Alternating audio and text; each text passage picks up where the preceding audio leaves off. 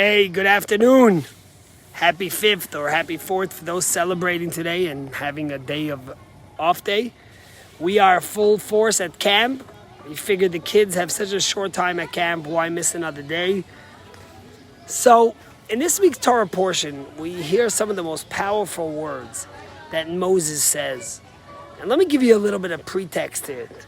Okay? There's 2.5 tribes. The tribe of Gad, Reuven, and half of Manasseh. They turn to Moses. We're about ready to cross over. They're at the other side of the Jordan, getting ready to cross over into Israel. And they say, listen, Moses, we have a lot of children. We have a lot of flock and cattle. This area is really nice. It's nurturing. There's a lot of grass. It's a great area for families. It's a great area for our cattle. We want to stay here. We're ready to give up our portion in the land of Israel, and this will become our thing. And Moses is shocked. And Moses tells them, listen, I can't believe what you're saying. This is exactly what happened 40 years ago.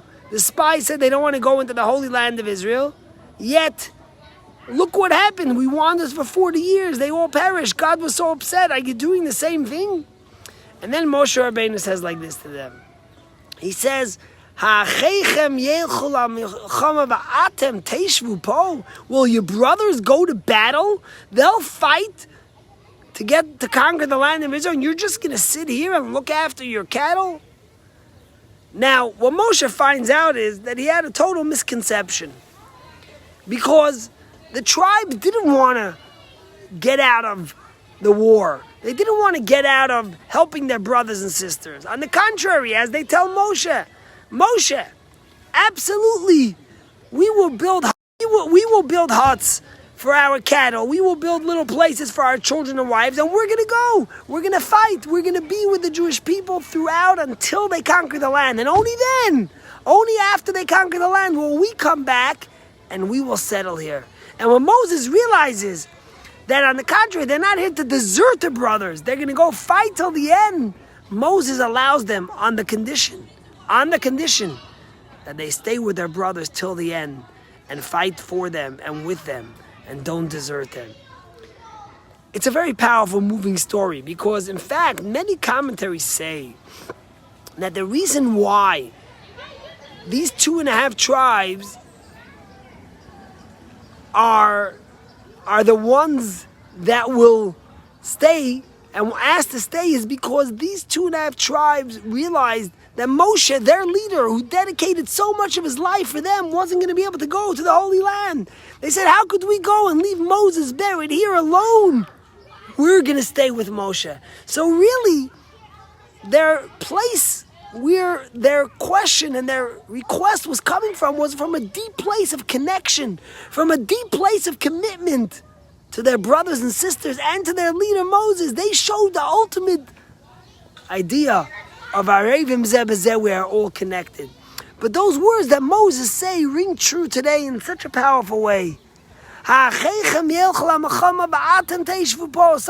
we feel far away from the action. We feel like there might be a crisis on the other side of the world. There's a Jew hurting, there's a Jew in pain, there's a Jew suffering, but it's not impacting me. But the words of Moses always have to call out to us. Will your brothers go fight? Will your brothers be under fire? Will your brothers be overwhelmed by those who want to destroy them? And you will just wash your hands and say, it's not impacting me? Why should I deal with it? You know, I had an uncle, a very famous chassid. His name was Mendel Futerfas. He spent 10 years in the Gulag. And the reason was because after the end of World War II, and when Stalin started with his plan to kill the Jews and to put them into camps themselves and to rip them away from their Judaism, the only way to get out of Russia was if you had a Polish passport.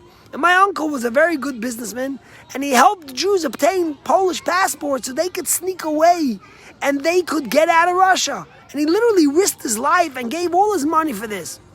And in fact, he helped many people get away. And at the end, when he realized they were closing in on him, he sent his wife and his kids away. But he didn't want to leave because he said, maybe I have more time to help more people. And of course, he ended up getting caught and he spent 10 years in the Gulag. And I think about the commitment, the self-sacrifice. You know, just yesterday we commemorated 45 years of the raid in Entebbe. Think about what Israel did across the world. Risked so many people just to save another, just to be there to look after someone else. That's the message from Moshe Rabbeinu. And that's what he tells the Jewish people. Never, never let your brothers go to war and you stand and just be a bystander because it's not impacting you. Because really it is impacting you. You know, we just saw last night the tower in Surfside collapsed. The second one, this one was intentional because unfortunately it was too shaken. They were worried about the storm. But Gurney's uncle, who's the rabbi of the Shul of Bal Harbor, related the story on Shabbos to his community that he was walking down the streets and he saw this guy was sobbing. And Rabbi Lipska went over to him and he hugged him and he said, "Could I hug you?" And he put his hand around him and the guy cried and cried and cried at him. And then when he got up, Rabbi Lipski says, "What happened?" And he said, "I just was notified that my son was found under the rubble, and of course he's dead. And you came at the moment that I found out." And he says, "You know, I'm not a Jew, but I want to tell you something," he says. "I will never forget the kindness of the Jewish community over the last 10 days, how much they have mobilized, come together to help not just their own, not just the Jews, but everyone, from raising funds to having shelter, to having food, to having chaplains to comfort them." He says it's unprecedented to see the unity and the strength with which the Jewish people have come together to help. And that's the words, that's who the Jewish people are. He says, "I'll never forget this," to my uncle, to Gurney's uncle. And the point is, we have to remember the words of Moshe. Every day when you think about our brothers in Israel or across the world, and you think, you know, my life is comfortable. I live in somewhere where it's safe, where no one's bothering us. Why should I get my hands dirty? Remember the words of Moses to the tribes of Reuven, Gad, and half of Menashe. God bless you. May we always be able to be there for simchas and for good occasions. But may we always be there for our brothers and sisters. Have a great day.